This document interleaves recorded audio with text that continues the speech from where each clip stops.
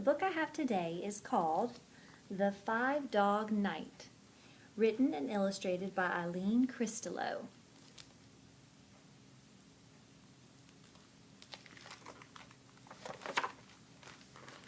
The Five Dog Night.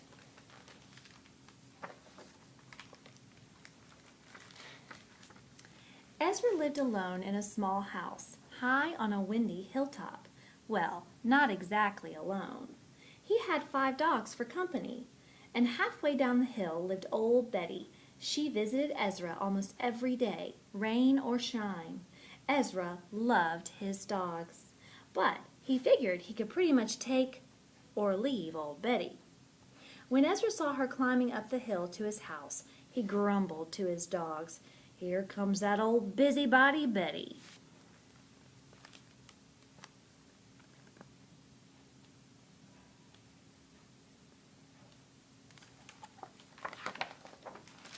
As soon as he said that, all 5 dogs were up and running down the hill. They barked, they wagged their tails, they licked Betty's face. She gave them each a cookie. "Humph!" grumbled Ezra. "You spoil those dogs. They're supposed to chase you away." "Posh!" said Betty. "I brought you some cookies too. I'll make us a pot of tea." "Don't bother yourself," said Ezra, but Betty made tea. "Fall is here," she said. "The leaves are turning. It's going to be chilly tonight. You'll need an extra blanket." "I don't need blankets," said Ezra. "Everyone needs blankets," said Betty. "Not me," said Ezra, his mouth full of cookies.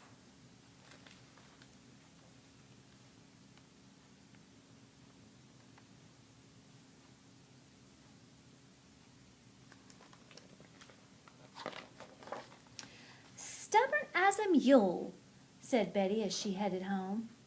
"Nosy as a mouse sniffing for cheese," Ezra muttered as he fed the dogs. That night a chill breeze blew in from the north. Down in her house, Betty put an extra blanket on her bed.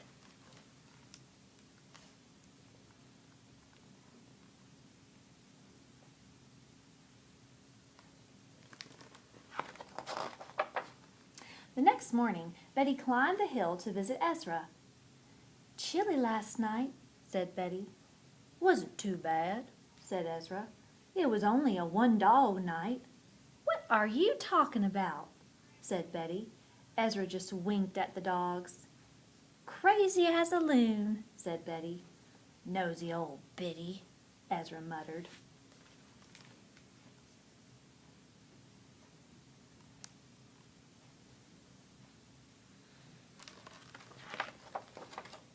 During the next weeks, all the leaves turned red and gold. Then, one day, a wind came up and it rained, knocking the last of the leaves from the trees. Betty told Ezra, "Winter is coming. I hear it's going to clear up tonight and get so cold there'll be ice on the puddles by morning. You'll surely need a blanket." "Nope," said Ezra. "I won't."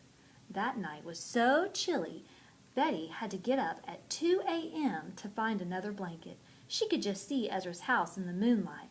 "That stubborn old mule is probably up there shivering and quivering with the cold," she said to herself.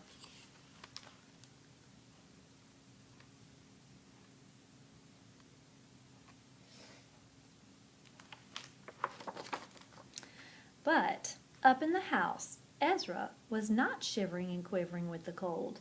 The next day, Ezra was carrying in wood for his stove when Betty came up the hill to visit. "Cold last night?" said Betty. "The last of my garden froze up, shriveled and died." "It wasn't so bad," said Ezra. "It was only a 2-dog night." "Humph," said Betty. "Talking crazy again, but you better cover up tonight. They say a snowstorm is coming our way." "I'm not worried," said Ezra.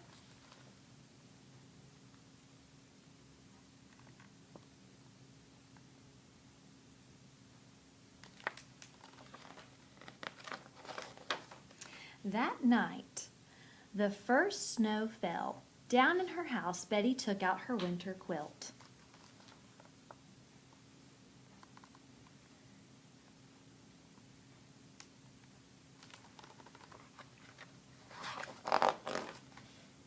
But up in his house, Ezra didn't need any winter quilts. The next morning, Betty put on her boots and her heavy winter coat, and she climbed the hill to check on Ezra. He was warming himself by the wood stove. "I brought you a blanket," said Betty. "I don't use blankets," said Ezra. "I said it before, I'll say it again." "It was freezing cold last night," Betty said. "You'll catch pneumonia." "It wasn't so bad," said Ezra. "It was only a 3-dog night." "Gibberish," said Betty. "That's all that is. But the weather is going to get worse. You'll need this blanket soon."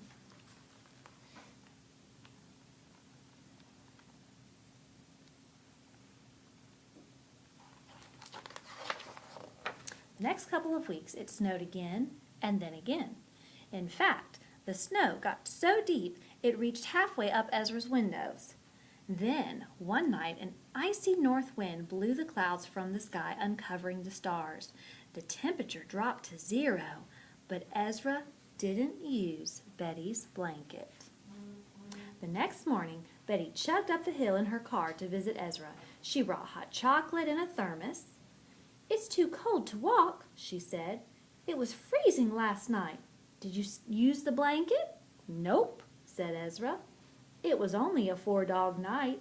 The colder it gets, the crazier you get," said Betty. "You mean the colder it gets, the noisier you get," mumbled Ezra.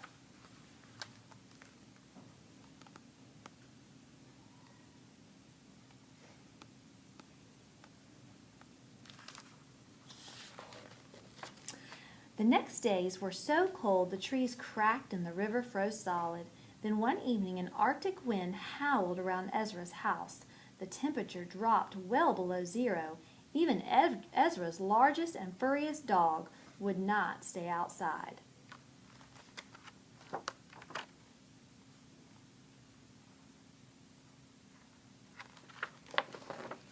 Betty piled all of her blankets and coats onto her bed. She stoked her wood stove with extra logs. "Ezra will have to stoke his wood stove all night," she thought as she shivered under her blankets. "And he'll have to use that blanket or he'll turn into a block of ice." The next morning, Betty was so concerned about Ezra that she drove up to his house just as the sun was rising, before she had even eaten breakfast. There was no smoke coming out of Ezra's chimney. "No fire in the wood stove?" said Betty. "He's frozen to death."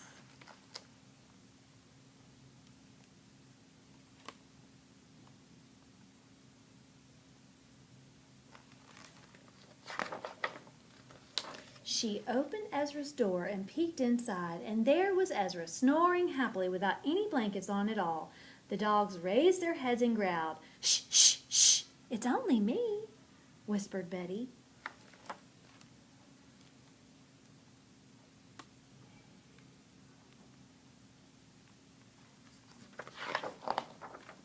The dogs jumped off the bed, barked, and wagged their tails. Ezra woke up. "What's going on?" he asked. "I was just checking to see if you're all right," said Betty. "Well, don't!" roared Ezra. You nosy old busybody." "If that's the way you feel, I won't ever again," shouted Betty. You old grouch." She walked out of the house, slammed the door, and drove back down the hill. "Well, I guess that old busybody won't nose around here again," Ezra told the dogs. "Good riddance." Not one tail wagged.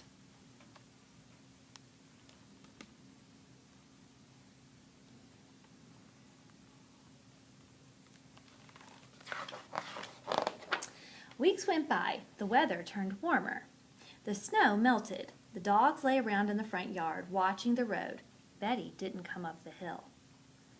"Awfully quiet around here," Ezra said to the dogs. "It's almost spring, and I'm feeling gloomy as a stormy sky. Can't figure it out." Around the time the first daffodils were poking out of the ground, Ezra baked some cookies. Then he put on his cleanest shirt and walked down the hill. The dogs came with him. Within earshot of Betty's house, they were greeted by the sound of barking.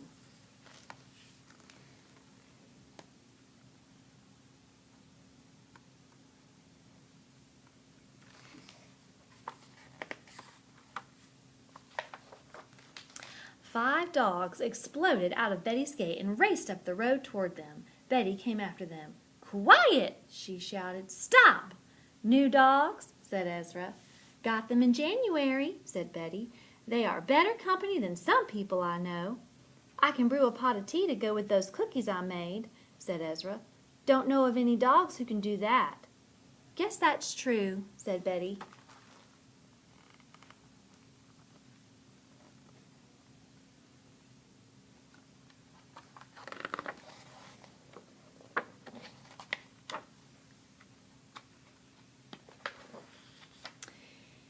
"It's getting warmer," said Ezra as he boiled water for tea. "It certainly is," said Betty. "Last night was only a 1-dog night." "You'll catch your death of pneumonia," said Ezra. "Last night was a 2-dog night."